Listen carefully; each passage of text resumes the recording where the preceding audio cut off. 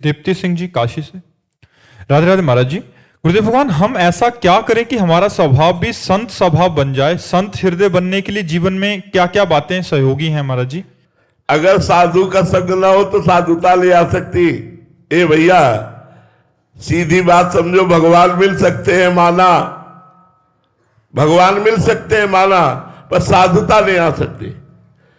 बिना साधु संग के साधुता नहीं आ सकती, भगवान मिल सकते हैं। जैसे चित्रकेतु, थोड़ा उपदेश देवर्षि नारद जी और अंगिरा जी के द्वारा मिला तो उसने संकर्षण भगवान की आराधना की और विद्याधर पदवी प्राप्त की। भागवत में कथा है चित्रकेतु की। लेकिन नारद जी और अंगिरा जी के चरणों में बैठकर बराबर सत्संग नहीं किया, मंत्र केवल लिया और साधना की, पदवी प्राप्त की। तो इतनी उद्दंडता, जो आश्चर्य की बात कि वो विमान पर बैठा हुआ जगत गुरु देवाधिदेव भगवान शंकर के समीप जाता है और भगवान शंकर को अपशब्द बोलता है। वो क्या जाने बहिर्मुखता लिए हुए गया तो उसने दो देखे, अम्बा और शिव को दो देखा, दो माना, तो उसने कुछ अपशब्द कहे। भगवान शिव तो चुप रहे, लेकिन अंबा जी को सहन नहीं हुआ। अंबा जी ने कहा, जिन जगत गुरु के सामने ब्रह्मा और शनकादि बैठकर उपदेश सुनते हैं, उन विमान में चढ़ा चढ़ा तो उनके लिए ऐसे जा असुर भाव को प्राप्त हो। तो वही वृत्तासुर के रूप में प्रकट हुए।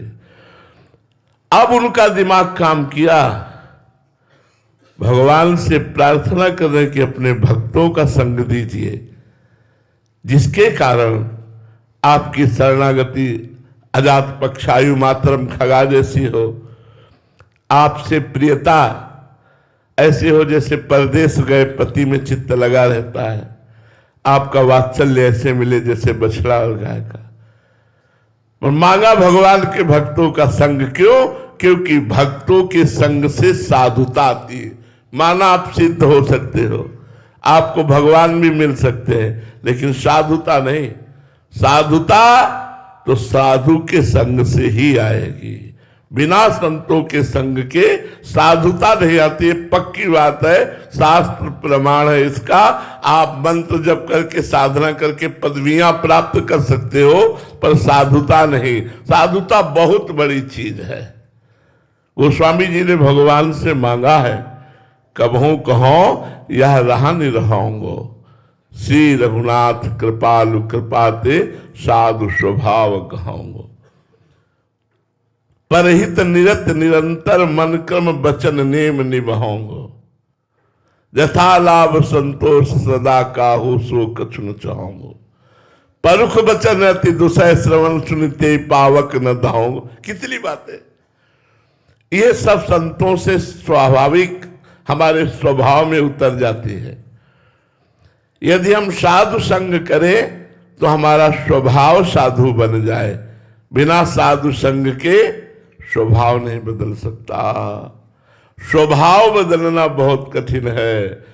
स्वभाव तभी उतरता है जब हम संत महापुरुषों के आश्रित होकर उनकी चरण रज का सेवन करते हुए, उनकी अधीनता स्वीकार करके, उनके वचनों के अनुसार चलते हैं, तो हमारा स्वभाव बदल जाता है। बोले बहुत स्वभाव बदल गया इसका? बोले सत्संग करता है।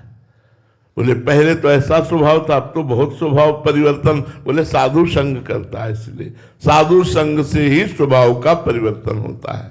मर्जी उनके वचनों के ऊपर चलना वही साधु संग है। बिल्कुल बिल्कुल बिल्कुल, जैसा वो आज्ञा कर रहे हैं। हम ये कहते हैं कोई बिरला ही है जो मन मन की रुचि जानने है विधि अनुसार है। किसी संत को अपना मन दे देना ये बहुत बड़ी बात होती है। तन मन प्राण समर्पित हो जाए तो बस स्थित प्रज्ञ होने में देर लगेगी क्या? इन्हीं में तो आ सकती है।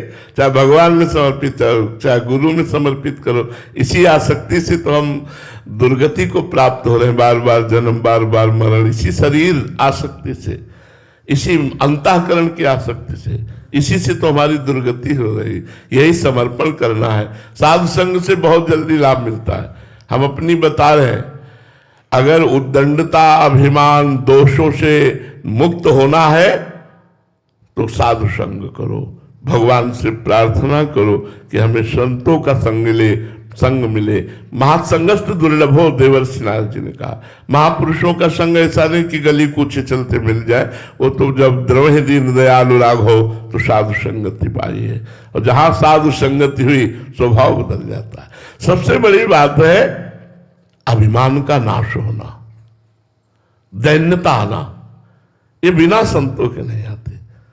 देखो वयोवृद्ध संत हैं, हम देख रहे हैं, भजनानंदी संत है, रात दिन भगवान में है और माथा जमीन में रख के प्रणाम कर रहे हैं। माथा और कहे हमारा भजन बने, श्री जी से प्रार्थना करना, ठाकुर जी से प्रार्थना करो, हम तो अधम जीव हैं, पूरा जीवन भजन करते हो। तो दैन्यता देखने को असली में तो संत महापुरुषों तो उनका प्रभाव पड़ता है। लगता है मैं कितना नीच हूं, ये कितने महान होते हुए भी कितने दैन्य, हम कुछ ना होते हुए भी अहंकार कर रहे हैं। तो भक्तों के संग से अहम का नाश होता है, और अहम में ही सारे दोष होते हैं। अहंकार नष्ट होते ही जीव धीरे धीरे अपने स्वरूप को प्राप्त हो जाता है।